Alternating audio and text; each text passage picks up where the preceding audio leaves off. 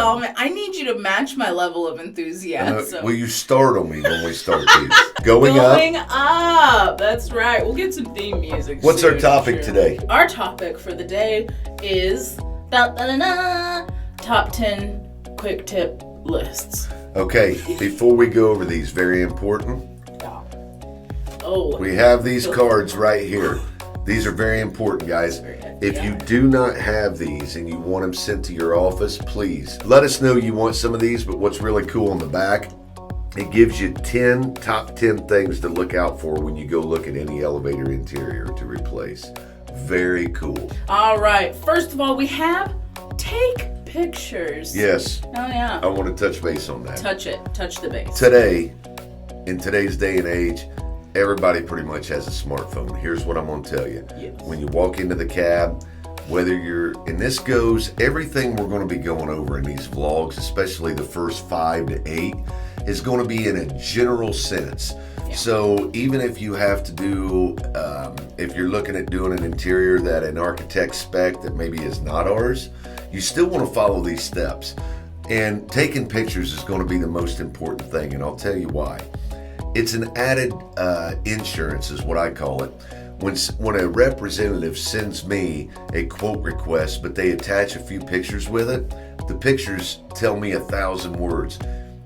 To give you an example, I may see a cove in there that they didn't take into account. If that job got sold and they wouldn't have sent me the picture, you're going to get an interior that's not only going to upset your superintendent, it's going to cause you to miss your margin. So many things will go wrong. So real quick, take pictures. Yeah, and coves, the word that he used, we'll talk about that in another vlog, but just know it's an obstruction in your cab. We'll talk more in depth about it later though. Just want to make sure the people are educated. All right, numero dos, use survey sheets. What's that about? Here's a good rule of thumb. No matter what, you need to go out and print off the survey sheets before you go out. What I tell a lot of my reps that deal with me on a regular basis is, hey man, print 20 of them and just keep them in your notebook.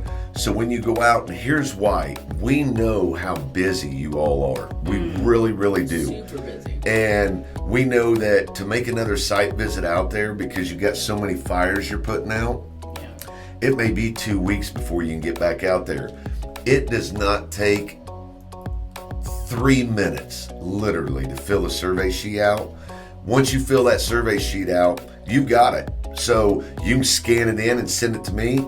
Then if the quote becomes a job, I don't need anything else from you. I've already got everything, so it's not going to slow you down. Yeah. Yep. And the surveys are available online through our website, so we'll post the link below for that as well. Identify obstructions, not instructions. Right. Identify obstructions. So for sure, this is kind of going back to what Bobby was talking about with the cove, and I said it's kind of any obstruction in your elevator. So when you're looking at your elevator, you have three walls that you're typically working with here. So when you're looking at those walls, you need to make sure, look at the wall. Is there anything that's actually like protruding out? Is there a light, like a tray cove or a light cove that's kind of popping out that we need to make sure that the panels don't go above? So we make sure there's space for that. A lot of times, people think an obstruction has to be 6 inches out. Right. An obstruction, guys, trust me, can be something as simple as a 1/4 of an inch bump out. Yes. So just take a look at your elevations here and look at them. And I always like peeking up between the ceiling and so forth and looking all the way up to make sure, hey, I don't see any obstructions on that whole wall. You do that, you're going to save yourself. Trust me. Yeah, and those pictures will help be able to see some of those. Inspect the canopy. This is kind of what you were going with before, looking up above Absolutely. the ceiling. We know there's some different canopies out there, and we're going to go a little bit deeper, so I'm just going to touch, but let's define at least just a little bit. Canopy versus the ceiling. The ceiling face, it's the thing that's installed into your cab. The canopy is the thing above that for people who don't know. It is the cap of your cab shell. Yes. Think of it like that. And so you just want to look at the canopy. Is there anything weird up there? Look up beside it. Take a couple pictures. And we can educate you quite a bit. If we see those pictures and we see and you've looked up there, I can say, hey, looks like you may have a doghouse up there. We need to maybe make some custom brackets to be able to have that fit. Yeah. Okay, next, identify the type of cab shell. Okay. Oh. Super duper important here. Because cab shells can be made, typically, obviously, made out of metal. That's 9 out of 10 cabs is made out of metal. But there are some that are made out of wood. And even the ones that are made out of metal, there are different ways that can be constructed. And one of the biggest, hugest problems that people run into is because they don't know their cab shell. They get an interior to put in there, and that interior will not work with the particular kind of cab shell that they have, because there's a cab shell called a skeleton cab. Also names are like stick cab, frame cab. Is there any other names you can think of? Those are the ones, okay. And you just want to watch out for that. We're going to literally have one of these vlogs on nothing but cab shells and understanding that. We'll go a little bit more in depth on that, but just know that you want to identify that, okay? Yes, for sure. Okay, then we have review the corners. Yes. Very important. Yes. The corners are important. Yeah, the reason that we say that is a lot of times we'll have a customer send us in a survey, and thankfully they sent some pictures, and I noticed they have a cove in the corner. Instead of a 90-degree, they've got a cove in there. It's not a problem, but we need to allow for that so the interior fits and looks perfect, and your guys aren't having to make any adjustment, your mechanics in the field, and making it look maybe a little different than it was meant to look, if you know what I mean. Yeah. Okay, next we have review flooring. So flooring is super important. Here's why. This has happened before. I think you've dealt with this problem before. So there have been people who, they had an existing flooring in there that's like a tile flooring. Looked super cool, but they did not let anyone know that there was this tile flooring. It was like a 1/4 of an inch or 1/2 inch thick, I think it was. Yep. And they had it at the very bottom, like where the base is there at the very bottom. They had that up on the cab shell as well. The problem with that is because we didn't know that, we couldn't accommodate for that, and so the tile was getting in the way of the panel, and so we had to figure out a way to make it work. You know what could have prevented that? Pictures. A picture. Picture, if guys. You can tell which one is our favorite so far. It's literally number one, and it's saved so many projects. Man. Seriously, like 3 pictures can save an entire project. I had that experience on so many projects. All right, number 8, review the wall panels. Yep, I'm going to go ahead and kind of touch base on that. What we're more talking about is you're going in obviously to an elevator that needs a cab upgrade, a cab interior upgrade. So what we're asking you is as you take the pictures, look at how the panels are.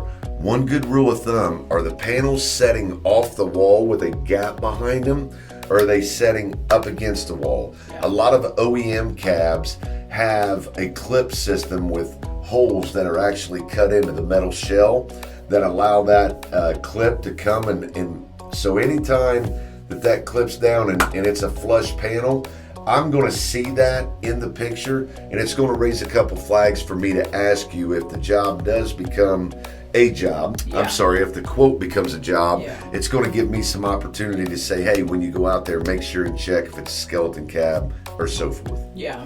Number 9, review the base. Yes.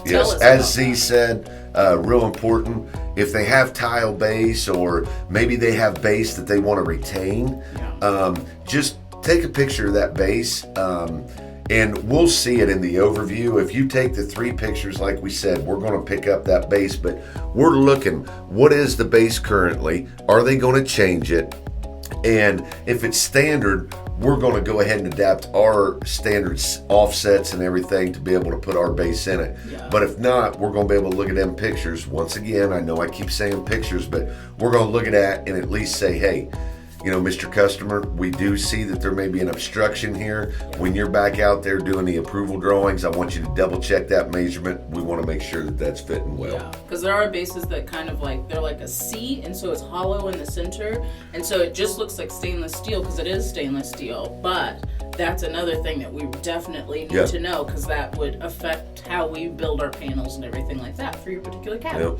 And then obtain model information. You I like model that. as in like a Victoria's Secret model, or like No? Okay. No. All right. But the model, what we basically want you to do is, you know, a lot of people go into an elevator and they'll just say, hey, Bobby, I need you to quote me on a 5,000 pound car. Okay, is it a hospital car? Is it because at the end of the day, if you're not going to take the measurements in the cab and you're going to ask me to quote you on a 2,500 pound cab, I'm going to quote you the largest 2,500 pound cab that I know of, because I can't take a hit on that. Yeah. You know, and it should be able to cover you too. Absolutely. Yeah. So the reason that number 10's on there is, as you're walking out, usually it's over by the COP, just take a picture. That may tell me, okay, it's an old Montgomery, and it's a 2,500 pound cab. And a lot of times I can capture what elevator it is as well. So it may be 1C. So let's say this facility has 30 elevators, but you're just looking to do 1C. That gives us a little bit more validation to let you know that when we send you the quote, that we are quoting 1C in that. So it helps quite a bit. If you can, just take a picture of that. A lot of people like to identify it with the state ID number, but a simple picture lets us know what it is. And a lot of times we know that certain brands of older cabs give some problems out in the field. So if you're letting me know that hypothetically it's a Montgomery, you know, we can kind of give some questions during the approval drawings to make sure that your job goes seamless and smooth. Once again, I want to remind you, this is really important. We made these cards this size to be able to keep in your notebook. So, Z, can you tell them again if they need these for their office, what do they need to do? Well, you just need to look at the contact information below. You can shoot us an email, info@FabACab. You can send, you can just post a comment or something like that. Let us know that you're wanting some of these sent to you in your office, and we can make sure those get to you. So those are the top 10 things. We hope that was really educational for you guys. We hope you took away something, and the number one thing I hope you took away is take pictures, because it'll save your butt every time.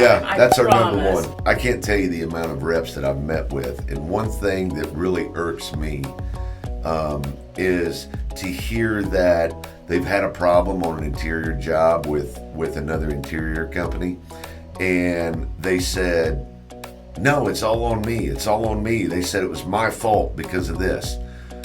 At the end of the day, whoever signs those approval drawings is saying this is what we need.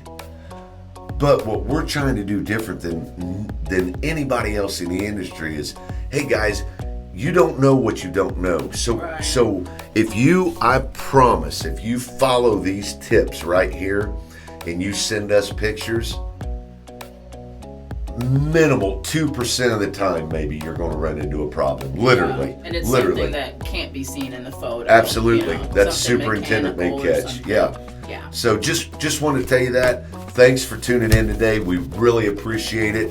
We appreciate how our following is growing. It's growing already. Yes, we appreciate it. Until next time, going up. Yay. We'll see you soon. Bye.